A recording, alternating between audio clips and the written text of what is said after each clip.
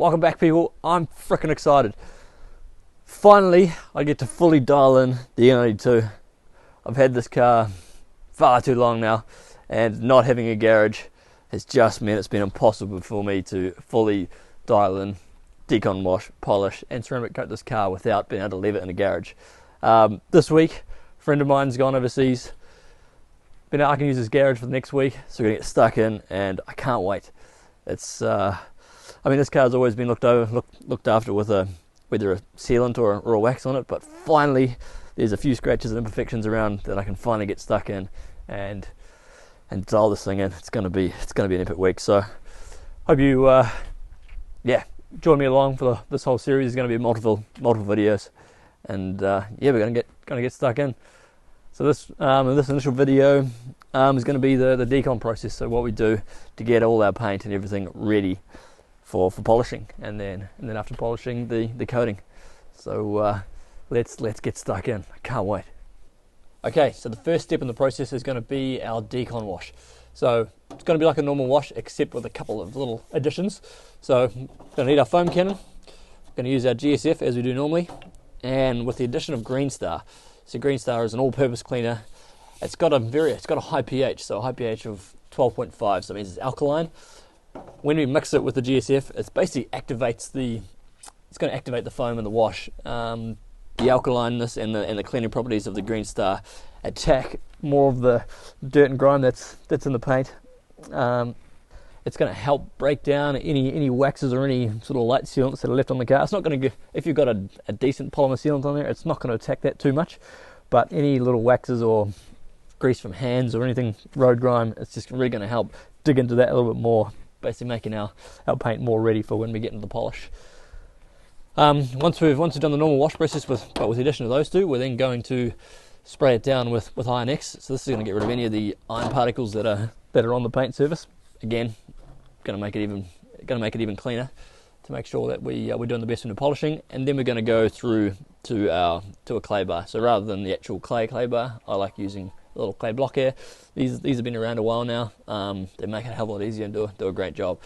So yeah, that's that. Once we've done that, move on to the polishing, and then once the polishing is finished, we've got all the coatings. So we're going to do on the glass, we've got G-Technic G1 and G2. Well, the G2 is the residue remover, so we're going to do the glass will be coated, and then we've got G-Technic Crystal Serum Light, which we'll put one coat of, and then we're going to put 2 coats of G-Technic Exo. So by the time, hopefully by the end of this week, this car is going to be absolutely dialed, and I can't tell you how long I've been waiting for this. It's going to be epic. So first up, we're going to rinse it down, and then we'll get cracking. Okay, so we're going to start by rinsing down the car. This is the same as any wash, except typically in a decon wash I tend to spend a little bit extra time being a little bit more thorough in the rinse. There's nothing worse than when you get to the polishing stage and coming across an area that still has debris or dirt in it. So take that extra time, go into all those nooks and crannies, wash out as much of the dirt as you can. In this series, I'm not going to be tackling the wheels. The wheels in this car are pretty jacked up. At some point I'll have them repaired or replaced.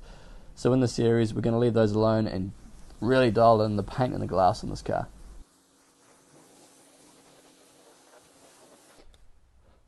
Okay, now the car's been rinsed down, we've got to let all that dirt off. Let's get our foam cannon ready.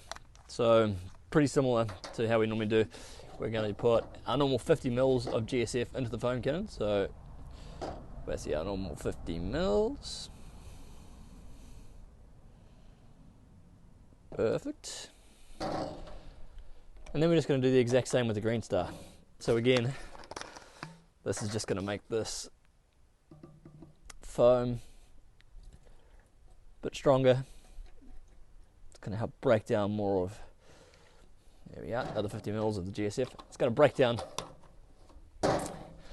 more of that dirt, get any waxes or grime off, and you're going to be away. So let's just fill our foam cannon up to about 3/4 full, like we always do. Perfect.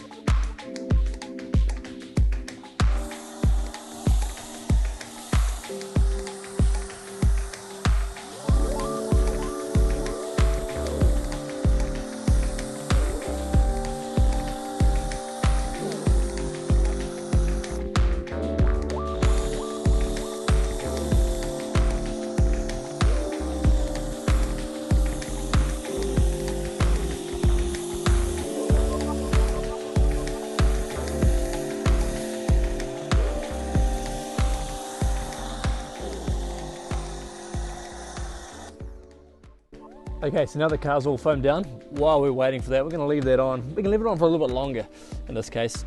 Leaving that foam on is just going to add more time to help break down any wax or any more dirt that's on the car.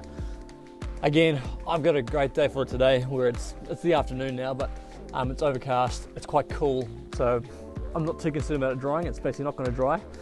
A little bit different to when you've just got a pH neutral soap, where if it does dry, you're normally going to be okay. If this dries, it is going to leave residue on the paint, so better be safe than sorry and doing it dry, but you want to give it a good time on the paint to dwell regardless. So while that's doing that, we'll set up our bucket. We've got our rinse bucket that's already been filled with water, and now we're just going to use the leftover soap like we always do. Pop that in this bucket, fill this guy up with water, and then we'll be ready for our contact wash.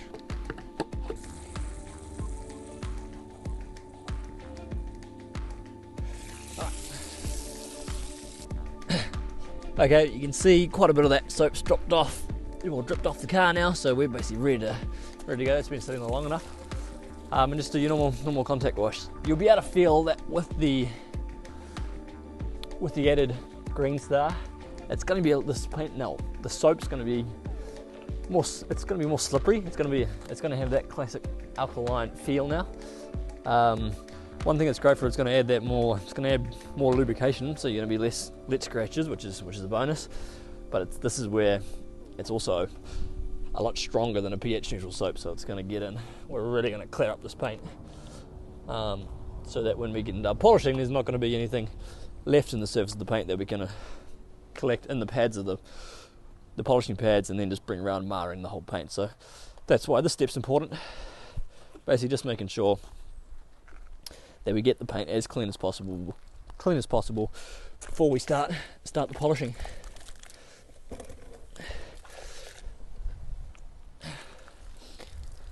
So a little bit of backstory on basically why it's taken me so long to get this car sorted is when, 2 years ago, moved up to Auckland from Hawke's Bay. Spent about 3 years working in Hawke's Bay, which is great. Then COVID hit and that changed a few things, but that's another story. At that time I had an E30, that was my baby, but it was basically kept in the garage, and that's basically where it stayed. It would come out obviously for drives, but in terms of being looked after, it was always in the garage. Moving up to Auckland meant that, we moved into an apartment which had one car park, which means that I'd have to use the car every day to take to work, which I wasn't that keen on, because I was looking after this thing. And then, so for one, it was going to be staying outside while I was at work, and it would be the only car that we would have, and so it just wasn't really going to work. So unfortunately, had to sell it. But I've always been a BMW fan, so I wanted to keep that going. Would have loved a 335, but again, one car between the two of us, having to take to work every day, needed to be, I guess, a little bit more reliable, a bit better on gas, a bit easier to drive for Chelsea, my girlfriend's sake. And so this is what we ended up with. So this is a 325i. And to be fair, it's a beautiful car to drive. I've actually really enjoyed having it. But only having access to an underground car park with no power or anything, so there's no way we could polish it, has just meant, it's been washed fucking every week, and it's had a spray polymer go onto it with every wash, but I haven't been able to coat it. And then September last year, got a job up here in Mangawhai, but still living down in Auckland and just coming up during the week and staying up here in Mangawhai, which again meant no garage, no chance to do it. And we're still in that situation, but with my friend being away this week, I can use his garage for the whole week, spend a whole week dialing this car in, and I'm fizzing. It's gonna be freaking awesome. I mean, the paint in this is it's pretty good already. There's a few areas that need attention, but nothing too serious. So it's already in pretty good shape.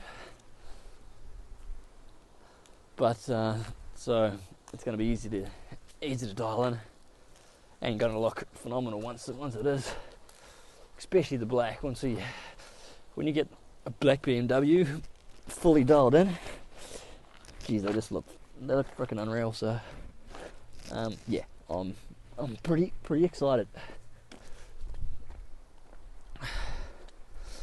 Also, it's a good chance to show you all a few variations of paint. Pretty much the whole car is original paint apart from the bonnet and the front bumper, which are resprayed, I'd say about 10 months ago. Pulling out of our apartment in Auckland, I had a kid on an electric scooter come past, flying. I saw him, but he didn't see me. But I had absolutely no chance to get out of his way, and he just basically slammed into the bonnet, into the front bumper and across the bonnet, leaving a few scratches and a couple of dents. So that basically meant new bumper, new bonnet, and a respray. So we can thank the insurance for that. But what that basically means is that we're going to have two types of paint. We're going to have the original BMW paint that will polish, and then the resprayed paint's pretty good. In fact, we'll probably need to one-step it. It just has a couple of love marks in it, but nothing too crazy. So we'll be able to show two steps and how you can dial in a process to go on with two different types of paint, which is going to be, it's going to lead to a good video. Okay, now she's all clean. Time to rinse her down. Ready for the next step. But God, I do love this shape. It's such a great looking BMW. Probably one of my favourites. We're going to have to one day get an M3 of this. I think that I've always just been a massive fan. It's so good. All right, let's rinse it down.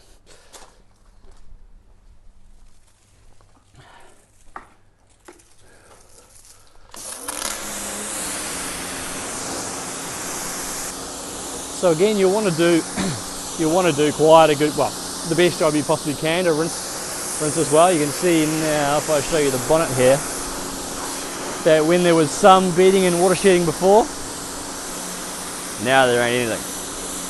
So that Green Star has done its job to strip any of that wax and sealant that was on it before. Look how that's just staying on there. That ain't doing anything. So basically it's done its job, which is perfect. If you had a coating on before this, you would probably see that coating still there, so unless it had really failed.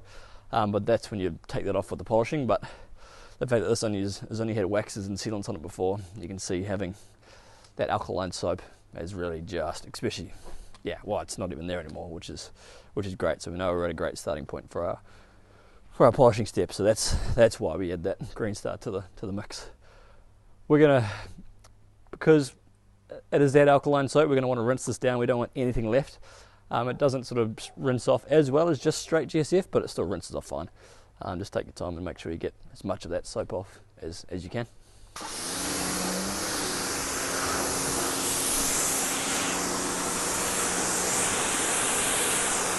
Okay, cut to the next day. Purely because yesterday when I was going through the next step, which is our iron removal, the video cut out. So I've got the very end of it, which you'll see soon, but the whole time of me explaining it was to a camera that wasn't turned on. So it's the next day, we're about ready to get stuck into the polishing side of things, but let's go over why we use the iron remover and what it does. So for iron removing, I use the Iron X from CarPro. I just find it's just been a go-to. I've always used this. There's other iron removers out there, but this one does the job. It doesn't smell as bad as some, but then some smell better, but this does a good job, so we'll go with it. If you've smelt an iron remover, you know it's not that pretty, so you just get it over and done with and you do a good job. Okay, so why use an iron remover before polishing? If you can imagine your paint, whilst it looks very shiny, looks very smooth, under a microscope, the clear coat itself is actually quite jagged. So if you can imagine iron particles, whether it's from brakes or trains or anything that gets put up into the air, when your car's outside, those iron particles are going to rest on your car. And because iron is quite jagged and abrasive, it really sits in and gets stuck in those uneven parts of your clear coat. Generally, clay bars won't pick it up just because they are so jagged and they basically get stuck in that clear coat. But when we're polishing, those iron particles then get picked up into your polishing pad and therefore get dragged around the rest of your paint. So if you're ever having issues when you're polishing and you're finding that there's a lot of marring, one of the reasons may be just because there's still iron in your clear coat that's getting picked up and dragged around while you're polishing it. So important, Iron X here basically is a chemical that gets and dissolves the iron. You'll actually see it dissolving while it's on the paint. When you come to the polishing side, you'll know that your paint is iron free and you're going to do the best job possible. So that's why we do this. So this is our last panel here. Due to us being, like, we wanted this to sit on the paint for about 5 minutes. Again, we definitely don't want this to dry, so give it as long as you can without it drying. Let's see. It's going to be hard to see on a black car, but we'll see if we can find some spots.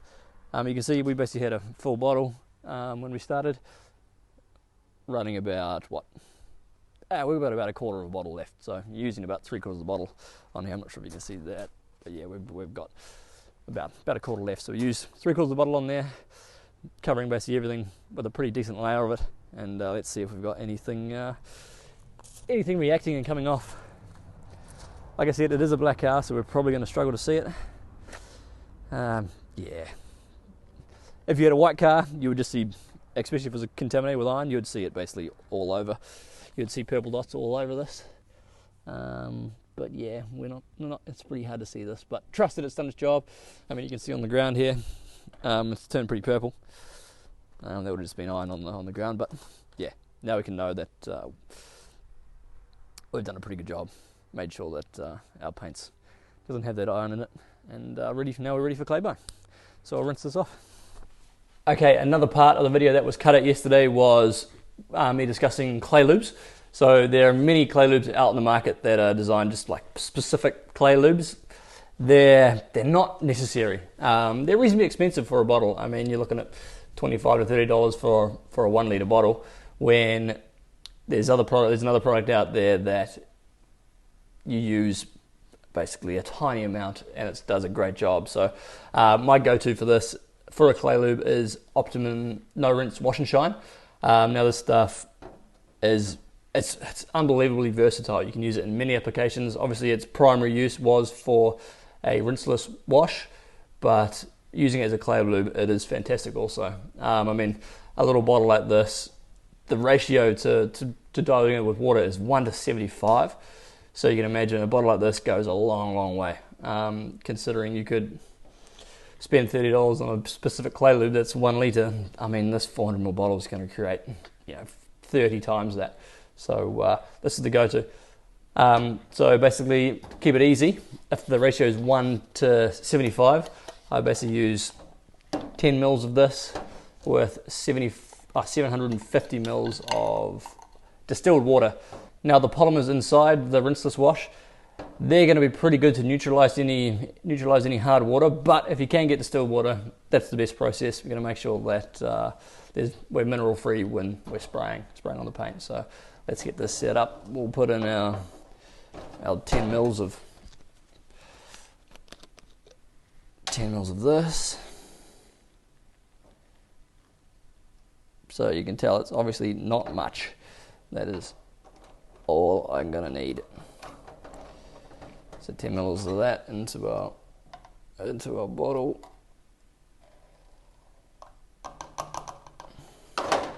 Now I've got 750 mils of distilled water here, so that's our 75 parts of water. So we're going to put this in here, and then we're basically good to go. So now we've got set up, we'll shoot back to yesterday, where I'm going to carry on with the with claying down, well, iron removing and claying down the car, and you'll see the rest of it. Okay, so good practice. This isn't a new one. I've used this quite a few times, so it's been, I guess, conditioned in. But if you've got a new one, you want to start on the glass first. So if you do the glass first every time, you know you're not going to get in trouble. So we'll spray a decent amount of, well, I'm going to spray half the windscreen down in the Optimum No Rinse. So this is going to provide our lubrication. Again, not a huge must on the glass, but it's going to basically allow the lubrication. It's going to limit the amount of scratches that we introduce to the paint. We're going to polish it, but we still want to avoid as much as possible, and then we're just going to get in. You won't feel too much on the glass again unless it's really contaminated, but you're basically getting in there, and you'll feel any contaminants coming out. It'll go from quite rough to smooth, so you'll basically be able to feel that come through. And basically, as soon as you feel it all running smooth across the surface, well, you know you've got all the contaminants out. Another way, if you now run your hand across, it should be super smooth like that. It's phenomenal. Again, glass you're normally not going to have too many issues with, but when it comes to paint, yeah, that's awesome. So I'm going to go do the rest of the glass, and I'll see you back for the paint. Okay, so all the glass is done. Now time for the paint. Exact same process. We're just going to spray down our area. Nice, you can really coat it. I mean, especially because the stuff is so cheap. Don't be afraid to give a spray down, and then we're just going to start. You'll automatically feel. So there it felt rough. Now it's smooth. You'll feel those little contaminants coming off from when it goes to hard and smooth. Now the idea is, I like speed rather than so like fast movements rather than really pushing in. So I'm really not even pushing this into the paint. I'm just running it across real quick, and you'll basically hear it when it catches a bit of contamination, and then it goes nice and smooth. So that's when you know you've done a good job. Another really good bonus of using the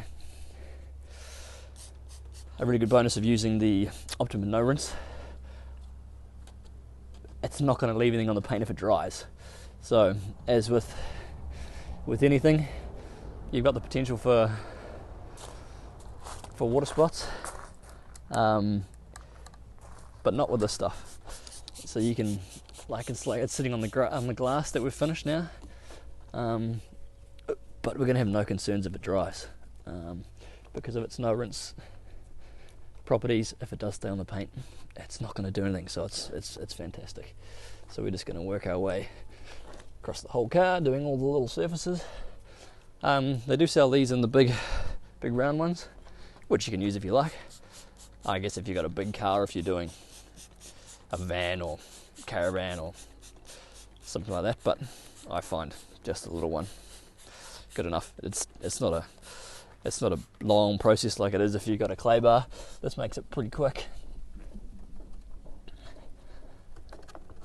So I find this little guy good enough. The one I use here, what have we got there? Oh, yeah, so it looks like we've got a bit of tar or wax on the bottom there. So this will get off all the little bits, but we'll need to come back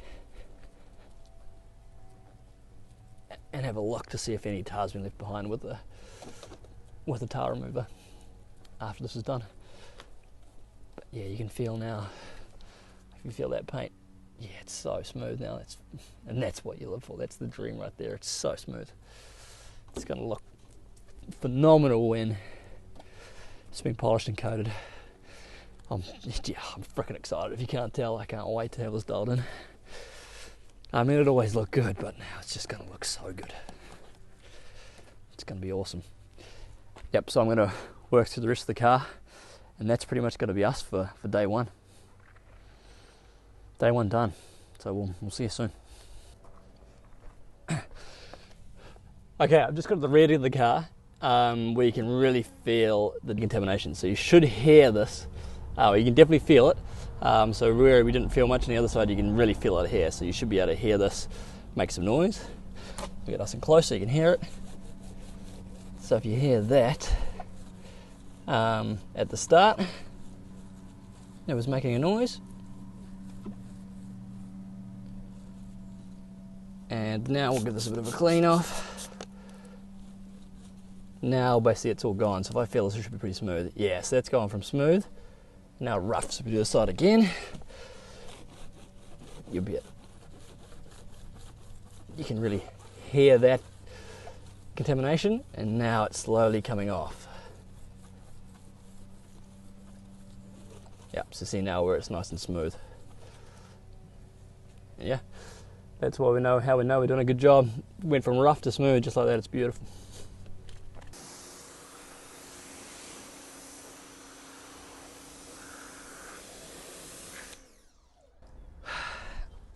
Okay, that's us fully clayed and rinsed down, and I mean she should be pretty clean now, ready for polishing. So yeah, that's our process. We'll dry it down now, and then that's us.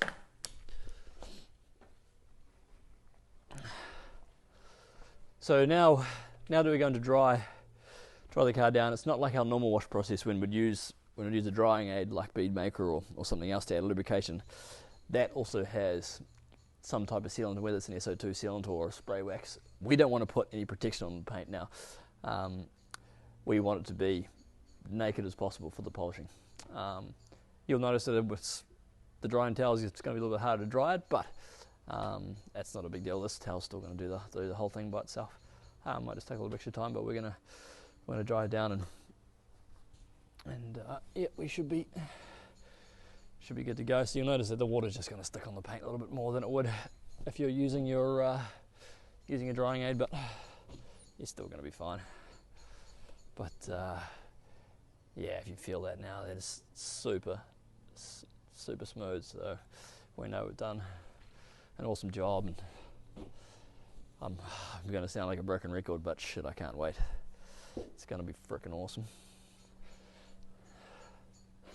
Waited a long time for this. Waited a long time. So knowing me, we'll tie a little in this car this week, and then I'll end up selling it. But at the moment, that's not the plan. It's not the plan. But yeah, she's looking. I mean, it's the sunlight's starting to disappear, but she's looking pretty clean. She is looking pretty clean. God, it's going to come up so good. There's just something about this. I just said it before, but something about this shape of Beamer, it's just good. Like, I loved my E30, right? Like, that was my dream car when I was a kid, and it was awesome to have it, but there's just a hell of a lot of refinement that went in between 1986 and 2006. I guess it is 20 years, and you can definitely tell. So you won't see this on camera, but if I get close and see the light shining behind the garage here, there is some, I mean, there's a lot of, not a lot, but there's quite a bit of micro marring in here, which is so it's not going to take too much. It'll be interesting if we need to 1 or 2 step this. To be fair, I'd probably like to spend the time and 2 step it. It might be, but it's not looking too bad. We'll see what it looks like under light tomorrow and how it looks. This being black paint too, we might see if we're cutting it, we might see some marring from the cutting pad. So we'll see how we go tomorrow. But yeah, this is good. This is good, people. This is so good.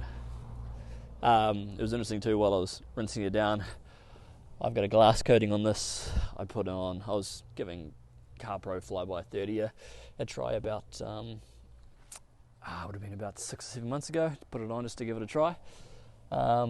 It's been pretty good. It's certainly fading a little bit on the front windscreen now, but just that clay really brought back the properties the hydrophobic properties on the side panels. It's still pretty good on there, but you can definitely see it's not as good as it could be. But on the side panels, it's pretty good. But this time around, we're going to chuck the G-Technic G1 on, because that stuff's, I personally think it's a step up.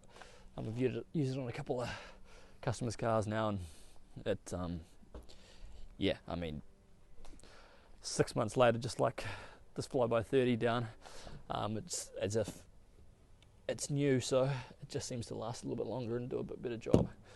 So that's what we'll chuck on here.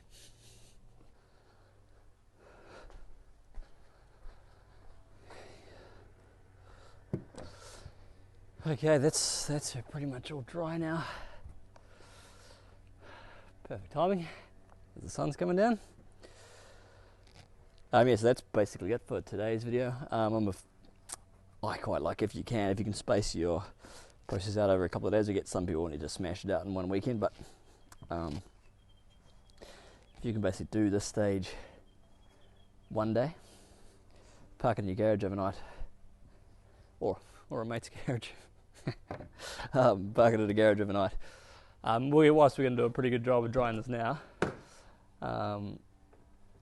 letting it sit overnight, air dry out for all those bits and cracks and crevices that you couldn't get. It's just going to make life a bit easier when we tape it up and polish it tomorrow. Making sure everything's dry and giving it that overnight to dry is going to make it a hell of a lot easier when you've got a vibrating polisher. It tends to, any water that's sitting in any cracks basically tends to vibrate out, and then it gets into your pads and it's a bit of a pain. It's not the end of the world, but it's a bit of a pain. So if you can leave the car overnight like we'll do today, come back tomorrow, tape her up, and we can get stuck in the next phase. But yeah, thanks for watching. That's our decon process. First step of getting our cars dialed in. Make sure to check out for the next episode. Should be coming up in a couple of days of the full polish. Again, you can pick up all these products, everything we used today, at thedetailformula.com. And any support there is appreciated. All the support that goes into buying those products means I can do more of this stuff. So yeah, really appreciate it. Thanks for watching, and we'll see you next time.